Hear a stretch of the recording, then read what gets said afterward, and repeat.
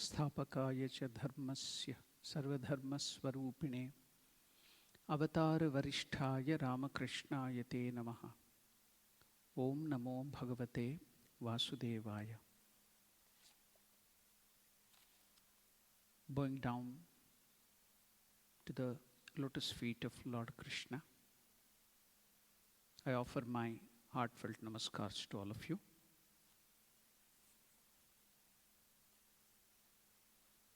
There is a saying in India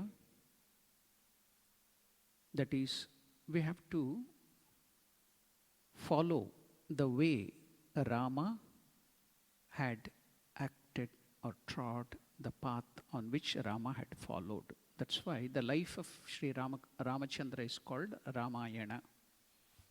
Then what to be done with Krishna? It's very difficult to do what Krishna has done. So we are asked to follow the teachings of Krishna, Bhagavad Gita. So we have to follow the footsteps of Ramachandra. We have to follow the teachings of Krishna. When this was being told in the Harikatha or the lecture, one of the naughty boy, a youth, stood up. He told, "Sir, we don't want to follow Ramachandra. It's very difficult. You have to obey your father. You have to obey your mother. Then you have to go to the forest, taking the name of this thing, Ekapatni Vratastha. So all these are very, very difficult for us. So we will follow the teachings of Sri Ramachandra, because Rama has given very little teaching, but he has followed everything. But whereas Krishna, we will not follow Bhagavad Gita, very difficult. But see, Krishna was stealing butter, so we like to steal, we will do that. Then Krishna married, how many? 16,000, is it? So we also at least half or 1% we can do that. So the Harikatha, the lecturer was in trouble now. What to answer to this boy, this youth who is mischievous and prankish? So now, suddenly the Lord gave some special idea from within. Then he told, yes, you can do what Krishna has done. But you have to do, the first thing is, as a small child, he drank the poison from the breast of Putana, the poisonous milk. So you drink poison, the most, dangerous poison. Then if you survive, then you can do all those things. Then the youth has to run away. He told, okay, I'll follow only Rama, I will not do what Krishna has done. That's a different thing. Now, what does Sri Ramakrishna tell about Krishna? Before that, let us see what is the meaning of this word Krishna. In Sanskrit, the word comes from Karshayati iti Krishna. Another meaning for Krishna is who is dark blue in complexion, dark or black in complexion. So we need not worry if we have dark complexion, the skin, because it is the qualities which is very, very important. Lord Krishna, in our Hindu pantheon, you will see a lot of gods and goddesses and other deities are dark in complexion. Even while Krishna was living in the time of Mahabharata time, that time, in the Dwapara Yuga, in the Mahabharata itself, we come across 3 important black people, but they were good and beautiful. Who are they? Krishna. They had all the name Krishna only. Who were they? Krishna, Vasudeva Krishna, our Lord Krishna. Then another was Krishna Dvaipayana, who was born on the island. That's why he was called Krishna Dvaipayana, that is Vyasa Maharshi. Then another person was a lady, a woman. So in the Striling or the feminine gender, Krishna will become Krishna Dirga. So that is Draupadi. Draupadi also was dark in complexion, was very beautiful. So you need not be worried if we have any black complexion or dark complexion. We need not be very worried because Lord himself was black in complexion. Now, the other meaning for Krishna, what is that? One who has the power of removing the sorrows of devotees by attracting our mind towards him. Karshayati Krishna. Then another meaning for Krishna is, Krish means existence and Na means bliss. He who is existence, knowledge, bliss, is Krishna. So what is the Sanskrit name for existence, knowledge, bliss? Sat Chit Ananda. Now, let us go to see what Sri Ramakrishna tells about Krishna. Sri Ramakrishna tells Krishna is none other than Satchit Ananda, Sachidananda. See, just now we told the meaning of Krishna means Sachidananda, Krish means existence, Na means bliss. So now Ramakrishna is also telling Satchit Ananda. And he also goes forward to tell the indivisible Brahman, Akhanda Satchit Ananda Parabrahma. The formless, the attributeless God is called Satchit Ananda. With these three minimum words, you can explain it. Very, very otherwise, if you go on explaining, it becomes bigger and bigger and bigger. These are the three minimum words. What are they? Sat, meaning infinite, infinity. Just imagine, infinite, existence, absolute. So whatever exists here, this earth, the chair, the people, the living beings, the non-living beings, everything in this galaxy, super galaxies, so many things you can see, Milky Way is that and this, everything exists. So all that exists, living or non-living, that is called total, infinite existence, absolute, that is Sat. So it has two aspects, living and non-living. So Sat means you should get that immediately, that infinite existence absolute, infinite being absolute. Then what is the other aspect of the thing? Chit. What is the Chit? Infinite consciousness absolute. Infinite knowledge absolute. That is Chit. And what is the last thing? Bliss. Ananda. Infinite bliss absolute. So that is Krishna. Ramakrishna himself is telling Krishna is none other than Satchit Ananda, the indivisible Brahman. Now, you will be wondering, why Krishna's is black or dark blue, Shyamasundara, though he is dark, he is Shyamasundara, black and beautiful. So why did he get this dark color? Even Mother Kali also has the dark color, so many deities. So Ramakrishna himself explains. So you are living on the bank of Indian Ocean, isn't it? When you see the Indian Ocean from far off, how does it look? Dark in color, blue, darkish blue in color. Sometimes the sea color is called navy blue.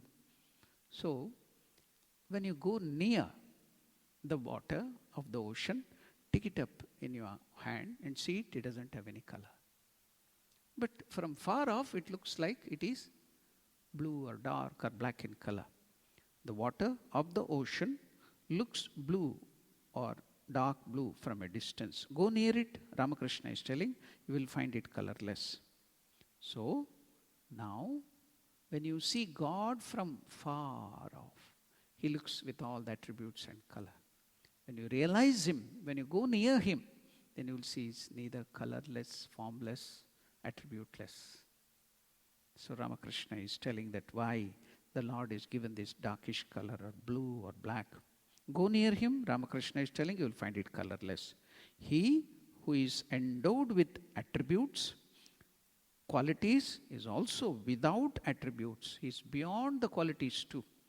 So when Ramakrishna is being praised in Khandana, Bhavabandhana, Jagavandhana, Vandito Mai, in that you can see here the Ramakrishna is also telling, he is told, Vivekananda describes him as, he is beyond all qualities. He is full of qualities and he is beyond all good qualities, all the qualities. The absolute and the relative belong to the same reality. Then Sri Ramakrishna also explains, see, while Sri Krishna is standing, playing the flute, you can see there, he is bent at three places. His neck is bent like this, then his waist is bent, and his legs are also, you can see, it is bending like this, three places. That's why another name for Krishna is Tribhanga. Bhanga means bent. Three means, three. Tribhanga. Krishna is also called Tribhangi or Tribhanga. Why is he bent at three places? Why should anybody bend? Now, Ramakrishna explains. Why is Krishna Tribhanga, bent in three places?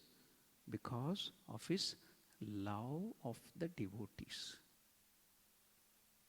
The bhakti, the devotees love him so much. So because of the devotee's love, the Lord who is attributeless, who is beyond everything, he takes a form and is bent due to the love of the devotees, the bhakti, the devotion of the devotees. And also another thing is love of Radha and Gopi and Gopa. They were all devotees. They are representing us. That which is Brahman, now Ramakrishna is telling, that which is Brahman is also Kali, the power, the energy of Brahman. The Adya Shakti, who creates, preserves and destroys the universe. Now, one more great statement is made by Sri Ramakrishna. What is that? He who is Krishna is the same as Kali.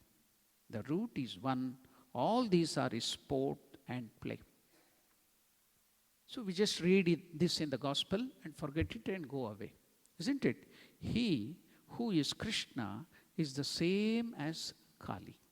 So we will take up that matter and see why did Sri Ramakrishna tell this? That Krishna and Kali are one and the same. So master cannot tell something untruth.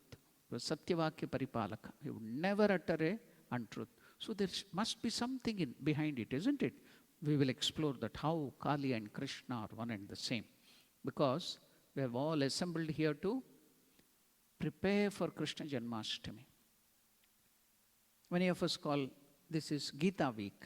It's not Gita week, it is Krishna Janmashtami week. Why? When Krishna gave Bhagavad Gita on the battlefield, that day is celebrated as Gita Jayanti, birth of Bhagavad Gita. So at that time, for a week or so, they will just study Bhagavad Gita. The week when that is born, Bhagavad Gita is given on the battlefield, that is called Gita Jayanti. During that period, before or afterwards, a week, Saptaha, they will be just reading Bhagavad Gita and also knowing the meaning of it, all the bhashyas, the commentary. So that's why that week is called Gita week. Then what is this week? This is Krishna Janmashtami week. Why Krishna Janma Ashtami? Janma means birth. Ashtami means he was born on the 8th Tithi.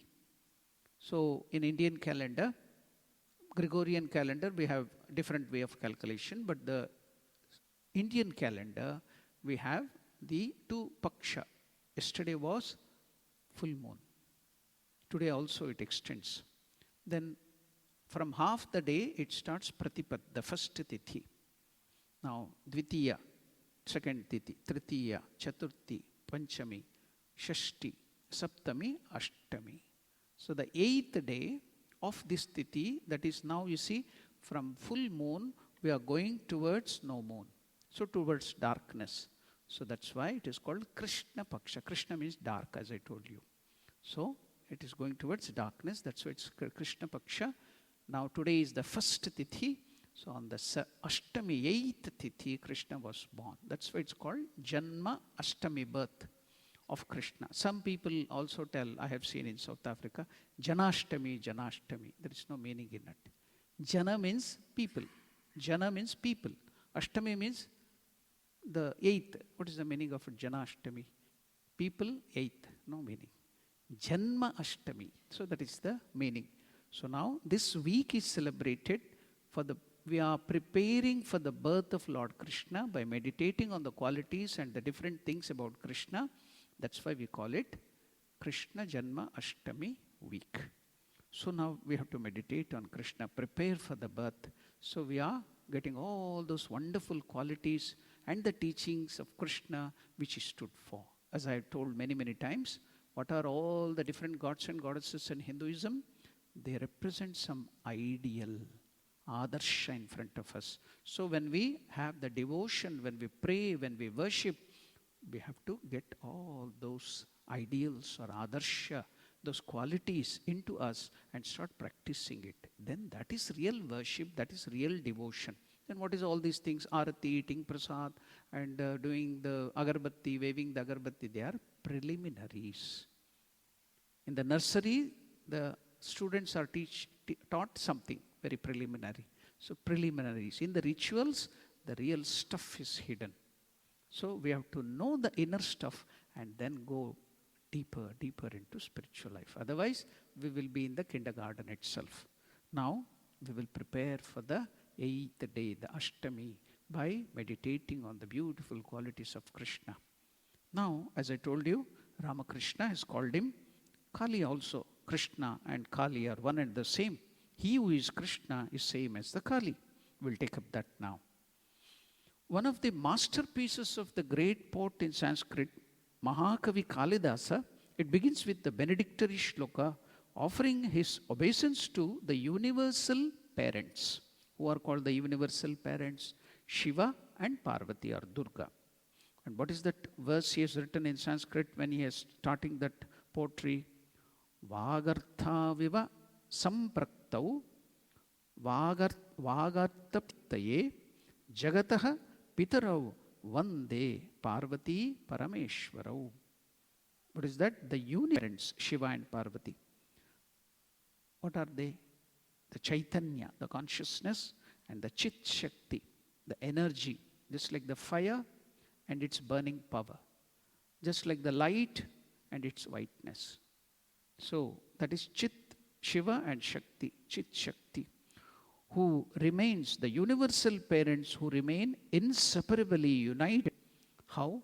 Like the word and its meaning. Can you separate the word and its meaning? So Shiva and Shakti you cannot separate, they are one and the same. So Vaga Artha, Vag means word, and the meaning, they are inseparable, united. To them I offer my salutations for acquiring the true knowledge of the Vedas. Now we all know Devi Mahatmyam, Durga Saptashati. Most of us will not be knowing what is Devi Bhagavatam.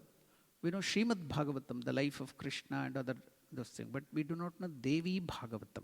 So there is one Purana written by Vyasa Maharshi. In that Purana, it mentions of these two most compassionate universal parents, Shiva and Shakti, filled with love for the living beings, descending to earth as Sri Radha and Sri Krishna. It's in the Devi Bhagavatam. What is that? In order to release the living beings from slavery to senses and demands of the flesh and make them cultivate transcendental divine love that liberates the soul from all bondages and sufferings forever. Being identified with our bodily existence, we see God as this world. Because of our desires, we are living in God, we are breathing God, we are eating God, we are in God, but because of our desire, we see God as the things, objects of enjoyment. We see multiplicity in place of one non-dual, homogeneous, seamless existence. As long as we see multiplicity, as long as we see a multifarious world of varieties and patterns, we must bear in mind there is an underlying unity behind the world and the beings that we see. Avibhaktam vibhakteshu, in Bhagavad Gita it is told. The cosmos is a unified whole without segments, sections, plurality and diversity. The relative manifestations are profoundly connected with the transcendental. In this relative existence, we see man, woman difference because we feel ourselves a separate entity from the rest of the universe. Therefore, we see many lives and many bodies. The life too is one composite whole without fragmentation or parts or division. Yet, we feel my life is different from others. The fact is that all beings are internally connected to the one universal consciousness. The Lord, when we go to our root, the core of our existence, we find that there is but one life, infinite existence, absolute Sat, and that no soul is an exception or separate from the other. The man-woman differentiation disappears and we understand there is just male and female principles, which is but obverse and reverse of the individualized, conditioned consciousness. On seeing the divinity within, knowing oneself as divine, realizing oneself as Atman or spirit, the male-female principles also get dissolved, and only love, bliss, and peace absolute remains pervading the universe and all beings, including oneself. This fact of the world of the spirit is brought out in Devi Bhagavatam by Vyasa Maharshi in a beautiful way. What is that? Now you will sometimes see the picture of Radharani is sitting there in Vrindavan, and Krishna is doing pranams to the feet of Radharani. You'll see that picture if you have seen somewhere, or you can type it on the Google, you can get that picture. So that picture has special reference to the Divine Mother Kali incarnating as Krishna, and Shiva descending to earth as Radha. This episode we find mentioned in Devi Purana, also called Sri Mahabhagavatam or Devi Bhagavatam, chapter 49 and 58. You can go and research, make a research about it. Krishna's birth to the end of his divine Leela, including Mahabharata war, etc., has been mentioned in this Purana.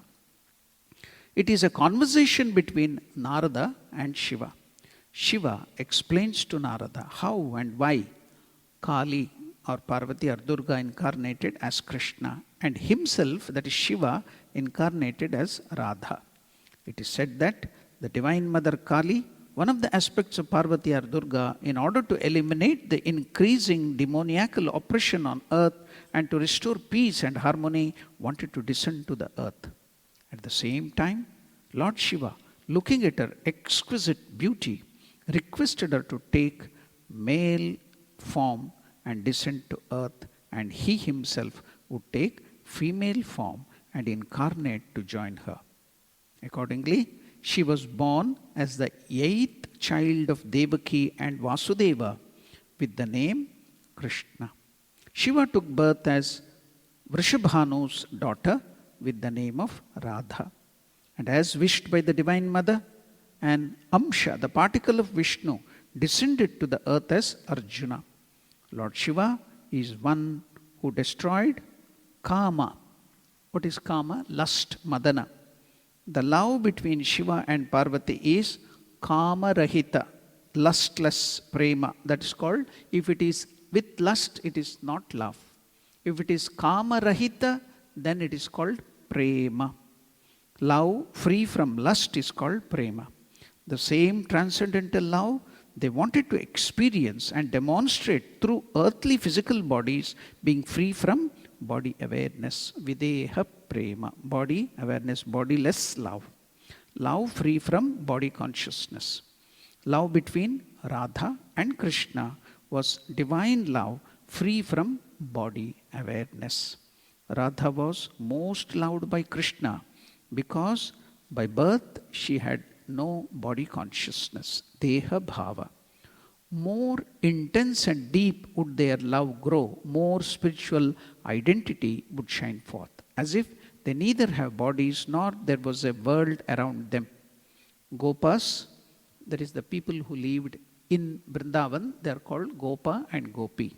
The male aspect is called Gopa, the female is Gopis.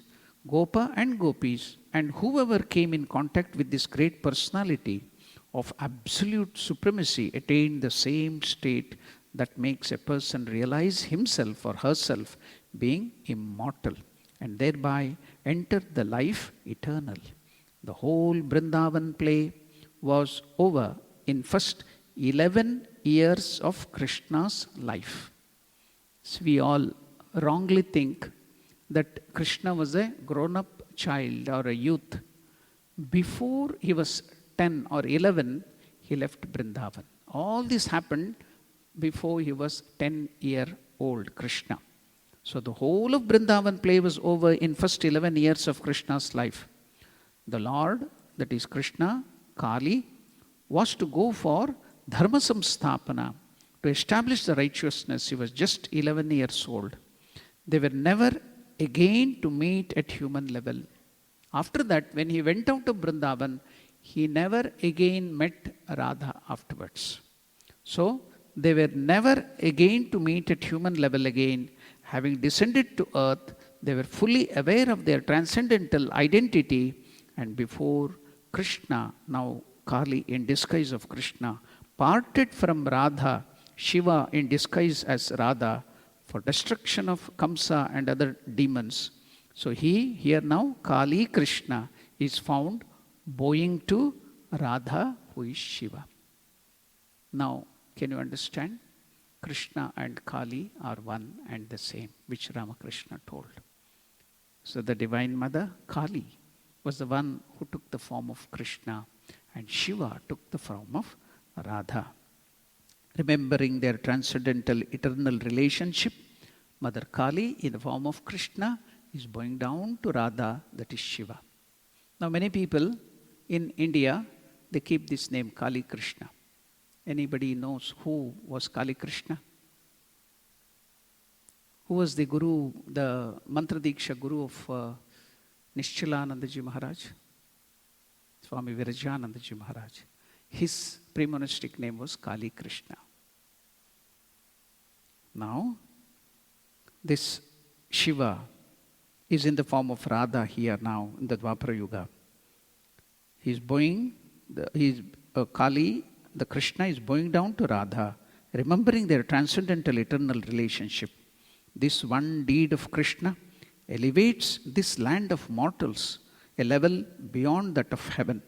The Lord is demonstrating that the earth would turn out to be a heaven if the human beings see divine in each other and cultivate divine love. Even those that are stooped down to extreme sensuality as brutes and animals and beasts can rise to the level of gods and goddesses by transmuting the lower passions to higher divine passions of loving and surrendering to the ultimate cause of all that exists, the Divine Mother. So Krishna and Radha represent the triple aspect of Satyam, Shivam, Sundaram, truth, goodness and beauty that transcends all dualities of this relative existence. So imitation of Krishna is to dissolve all differences, see divine everywhere, and to love beyond body. Earthly physical love binds the jiva to this world, and divine transcendental love, prema, liberates the jiva from this samsara. So, the word of Sri Ramakrishna, Kali and Krishna are one and the same. So, we came to know from this great Purana, the scripture.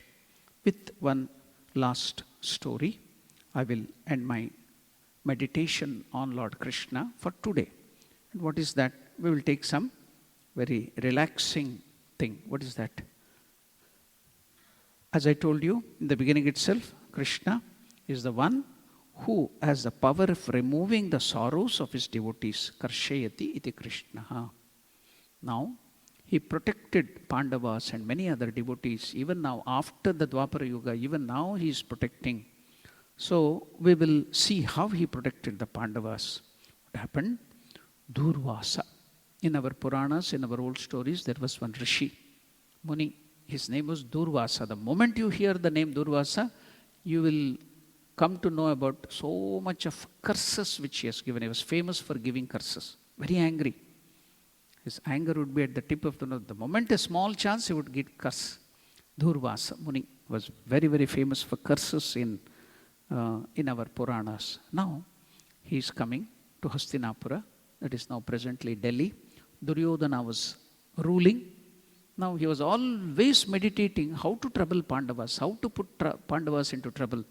All by hook or crook, he wanted to put them into trouble. Now, he came to know this Rishi or Muni is very angry and he will give curse. So, he hit upon a plan.